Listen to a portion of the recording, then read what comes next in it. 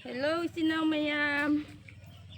Ngasidi ay sa omba chatluge. Koigi itayhangi masanupigi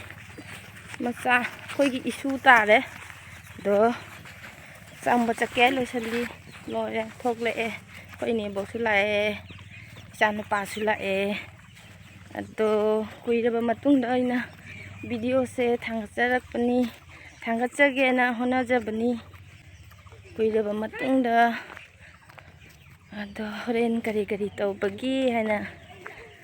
enghanjarake chinau mayamda engminasi duga aigi video se like tawbiramu subscribe tawbiramu chinau mayam comment su tawbiramu aigi video se kuire namdaba mutse laitre handak kidoraba khangde sai thonta aduga mina su jamna aigi video se hanai dawna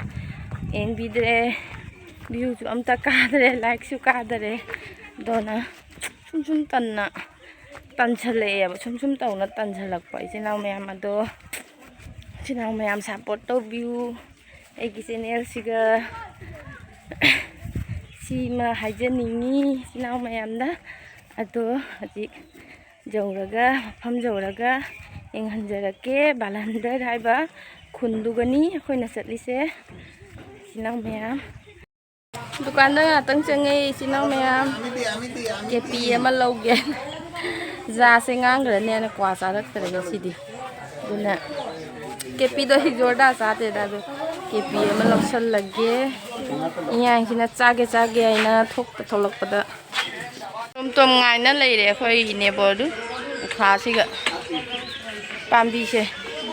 fajadre kha chawre sinau mayam kan chaw pambi se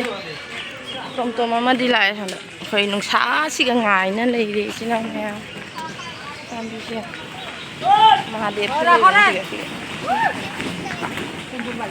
pai ro ta hauni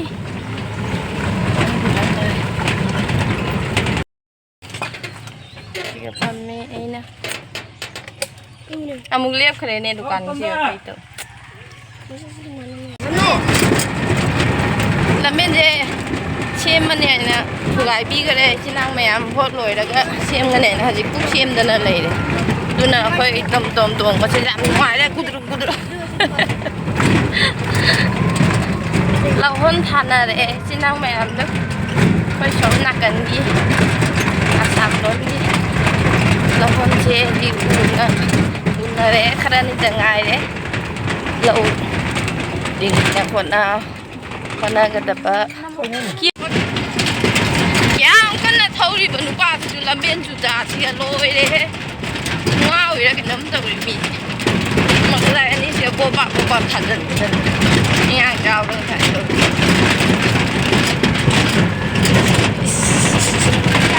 rasta ta kharap to olpo dekhe to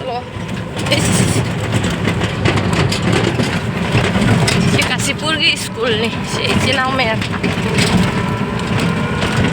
rong nak tani na su engan jarak pani si khaju pambi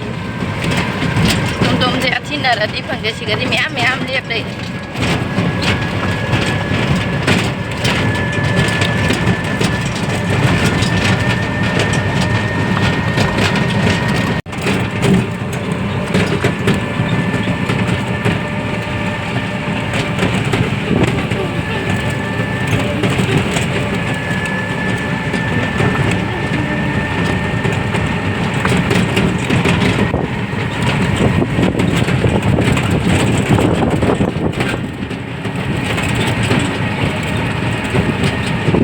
Ramrai balgal ke tahu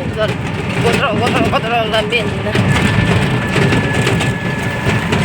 sise puise balandar gi inta bata cekon balandar gi cekon ne hore hojik akhoi yaure chinau mayam ado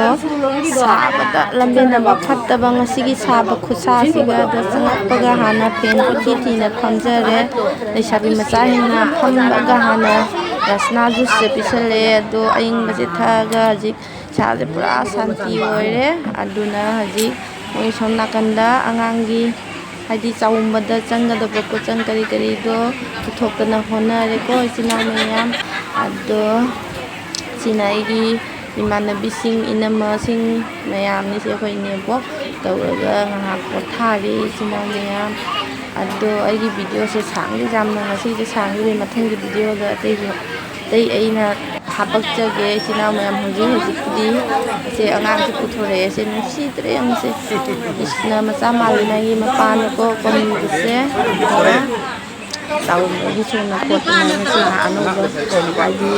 ꯄꯨꯟꯁꯤꯒꯤ ꯑꯅꯧꯕ ꯆꯥꯕꯒꯤꯅꯦꯕꯀꯣ ꯆꯥꯛ ꯍꯦꯟꯖꯥꯡ ꯈꯪꯗꯦ ꯁꯪꯒꯣꯝ ꯈꯦꯔ ꯈꯪꯗꯦ ꯑꯗꯣ ꯏꯆꯤꯜ ꯏꯅꯥꯎ ꯃꯌꯥꯝꯅ ꯑꯩꯒꯤ ꯏꯁꯨꯡ ꯅꯨꯄꯥꯁꯤꯁꯨ ꯕꯣꯔ ꯄꯤꯕꯤꯔꯛꯑꯣ ꯃꯪꯒꯣꯜ ꯆꯠꯊꯕ ꯂꯥꯏꯔꯤꯛ ꯂꯥꯏꯁꯨ ꯍꯩꯕ ꯄꯨꯟꯁꯤ ꯁꯥꯡꯕ ꯍꯥꯏꯗꯅ ꯑꯗꯣ ꯑꯩꯒꯤ ꯏꯆꯥꯅꯨꯄꯤꯗꯨꯅꯤ ꯁꯤꯁꯦ ꯏꯆꯥꯅꯨꯄꯤ ꯊꯣꯛꯑꯦꯕ ꯑꯗꯣ ꯃꯊꯪꯒꯤ ꯚꯤꯗꯤꯑꯣꯗ ꯍꯥꯞꯆꯔꯛꯀꯦ ꯕꯥꯏ ꯕꯥꯏ